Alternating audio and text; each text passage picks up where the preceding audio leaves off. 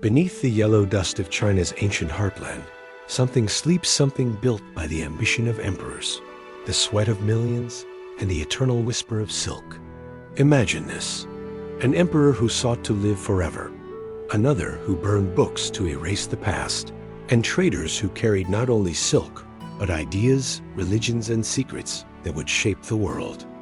This is the story of ancient China, of the Qin, the Han, the Ming, and the hidden veins of the Silk Road. Our story begins over 2,000 years ago, in a time when China was not yet one, but many kingdoms locked in endless war. The land was divided, bloodied, and chaotic. Yet from this storm rose a man whose name still echoes through time: Qin Shi Huang, the first emperor. He was ruthless, brilliant, and obsessed with eternity. At just 13 years old, he became king. By 38, he had unified all warring states into one empire through iron, fire, and fear. He standardized money, language, weights, and even the width of axles so carts could travel across his vast new empire. But his greatest monument was not a policy, it was a wall. Not the Great Wall we know today, but the first great linking of defenses against the northern tribes. And yet, what he built to protect, he also built to control. Qin Shi Huang buried scholars alive for questioning him and burned books that challenged his rule. He wanted history to begin with him, everything before, erased. But history, as always, resists silence. He feared death more than rebellion. Legends say he sent expeditions across the seas, searching for the elixir of life. Ironically, the mercury pills his alchemists gave him, promising immortality, slowly poisoned him. When he died, his death was hidden for months as his entourage continued the journey home, carrying his body in a sealed cart filled with rotting fish to mask the smell of decay. Then came his tomb, a city-sized necropolis guarded by the Terracotta army, 8,000 life-sized soldiers, horses and chariots buried to protect him in the afterlife. Each face is unique, carved with haunting realism. His underground palace remains sealed, untouched, because it is said rivers of liquid mercury still flow within, just as ancient texts described. But as with all empires built on fear, Qin's collapsed soon after his death.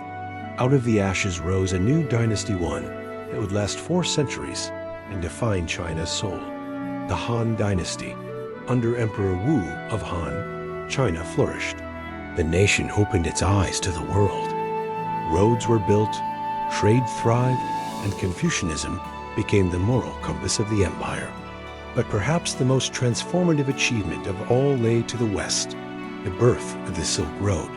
It began when a once Han envoy named Zhang Qian was sent to seek allies against the nomads of the north. Captured for years, he eventually escaped, returning not with soldiers, but with knowledge of strange lands, new peoples, and horses so powerful they sweated blood. His journey inspired trade routes stretching from China to Rome. Along these ancient paths, silk became more valuable than gold. But silk was only part of the exchange. Ideas, art, medicine, and even religions moved silently along with the caravans. Through these dusty trails, Buddhism made its way into China, where it would transform Chinese philosophy and art forever. Yet the Silk Road was not just a highway of commerce, it was a living artery of culture and curiosity. Chinese glass met Persian metalwork, Indian spices mingled with Central Asian music, and travelers brought stories of mythical creatures and faraway kingdoms, each more extraordinary than the last. But the Han Dynasty, too, met its twilight. Corruption, warlords, and rebellion tore it apart, plunging China into centuries of division. Still, the ideas it planted, the Confucian order, the merit-based bureaucracy, the dream of unity, became the bedrock of Chinese civilization. Then, after centuries of rise and fall, a new dynasty would build upon the ancient dream of greatness. The Ming Dynasty, founded in 1368, stood like a phoenix reborn. They restored Chinese rule after a century under Mongol domination and ushered in a golden age of culture and power. The Ming emperors fortified what Qin had begun the Great Wall. Tower by tower, mile by mile, they expanded it into the magnificent serpent of stone we know today. They built the Forbidden City, a sprawling palace complex at the heart of Beijing, where emperors lived isolated from the world, ruling from behind vermilion walls and golden dragons. But not all Ming emperors hid behind gates. One of their most extraordinary figures wasn't even an emperor. He was an admiral. His name was Zheng He, a towering Muslim eunuch from Yunnan. Zheng He commanded fleets so vast that European explorers would have looked like minnows beside them. His ships reached India, Arabia, and the coast of Africa centuries before Columbus ever dreamed of the New World. Zheng He's voyages carried silk, porcelain, and knowledge. He brought back giraffes and spices, pearls and stories. Yet his missions were not conquest, but diplomacy gifts instead of guns. For a brief moment, the Ming showed the world the full breadth of China's grandeur. But after Zheng He's death, the tide turned inward. The Ming emperors, wary of foreign influence, shut down the great voyages. They walled themselves off, fearing that openness would weaken them. The Silk Road, too, began to fade as sea routes took its place. Still, its legacy endured. The Silk Road had changed the course of human history. It had made East and West part of one vast, unseen conversation.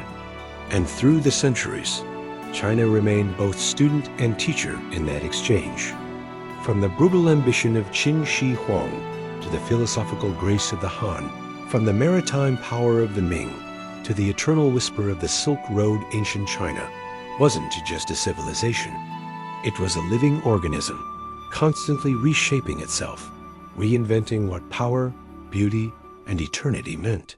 Even today, when archaeologists unearth fragments of pottery or unravel ancient scrolls, they are not just finding relics, they're hearing voices. Voices of workers who laid each brick of the wall, of scholars who copied forbidden texts in secret, of merchants who led their camels across endless deserts for a promise of silk and gold. And beneath it all lies one of the greatest truths of history, that the strength of a civilization is not in the stones it builds, but in the stories it leaves behind. China's emperors may have sought immortality in monuments and tombs, but their true eternity lies here in memory, in myth, and in the endless road that still winds westward, beneath the dust and silence of time.